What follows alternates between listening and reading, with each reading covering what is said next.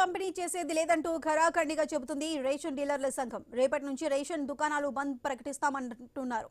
ప్రభుత్వం నిరంకుశ విధానంపై పేదలకు ఉచిత బియ్యం పంపిణీ చేయమని అల్టిమేటం ప్రకటించారు.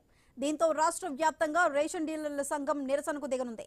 నిన్న 33 జిల్లాల్లో రేషన్ డీలర్ల సంఘం నాయకులు కలెక్టర్కి వినతి పత్రాలు ఇచ్చారు. ప్రభుత్వం నుండి ఎలాంటి స్పందన లేదని ఆగ్రహం వ్యక్తం చేశారు. గత 5 నెలల కమిషన్తో పాటు గౌరవ వేతనం ఇవ్వాలని డిమాండ్ చేస్తున్నారు. దేశంలో ఎక్కడా కూడా 5 నెలల కమిషన్ పెండింగ్ లో లేదని ఆరోపించారు. గత కొద్ది రోజులుగా నిరసనలు తెలిపినప్పటికీ ప్రభుత్వంలో చలనం లేదని రేషన్ డీలర్ల సంఘం రాష్ట్ర అధ్యక్షుడు నాయకోటి రాజు వెల్లడించారు. వెంటనే తమ డిమాండ్లు పరిష్కారం చేయాలంటూ విజ్ఞప్తి చేశారు. రేషన్ డీలర్ల బంద్ కి సంబంధించి మరింత సమాచారం మా ప్రతినిధి స్వామి అందిస్తారు. స్వామి, చెప్పండి, రేషన్ డీలర్లు ఏం డిమాండ్ చేస్తున్నారు?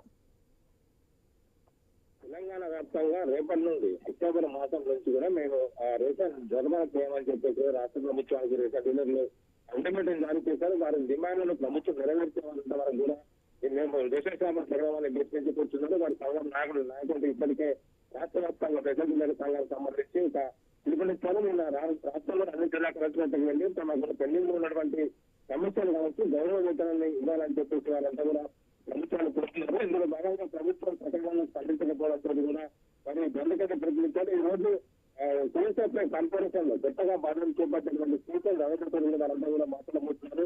రాష్ట్ర పౌర సరఫరాల శాఖ మంత్రి ఇటువైపు ఉత్తమ్ కుమార్ రెడ్డి దీనికి సంబంధించిన విషయంలో వెంటనే సమస్యలు పరిష్కరించాలి చెప్పేసి డిమాండ్ చేస్తూ ఉన్నారు. దేశంలో ఏ రాష్ట్రంలో కూడా 5 నెలల కమిషన్ పెళ్లింగ్ లేదు, మా కమిషన్ పెంచుతామన్నారు, గౌరవ వేతనం ఇస్తామని చెప్పి రాష్ట్ర ప్రభుత్వం ఇవ్వట్లేదని చెప్పేసి కూడా రేషన్ డీలర్లంతా కూడా ప్రభుత్వం పైన ఆరోపణలు చేస్తున్నారు.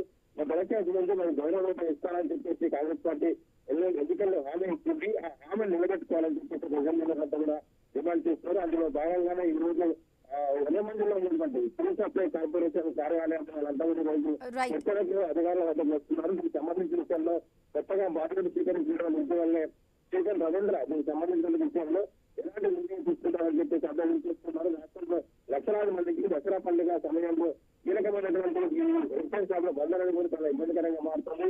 ఏంటంటే వైపు రాష్ట్ర ప్రభుత్వం కూడా వెంటనే స్పందించి వారికి ఇవ్వాల్సినటువంటి ఆ కమిషన్ తో పాటు గౌరవ వేతనాలు ఇచ్చేస్తే వెంటనే మేము ఆ సమ్మె విరమిస్తామని చెప్పేసి వాళ్ళు అంటున్నారు కూడా. Right Swami, thank you.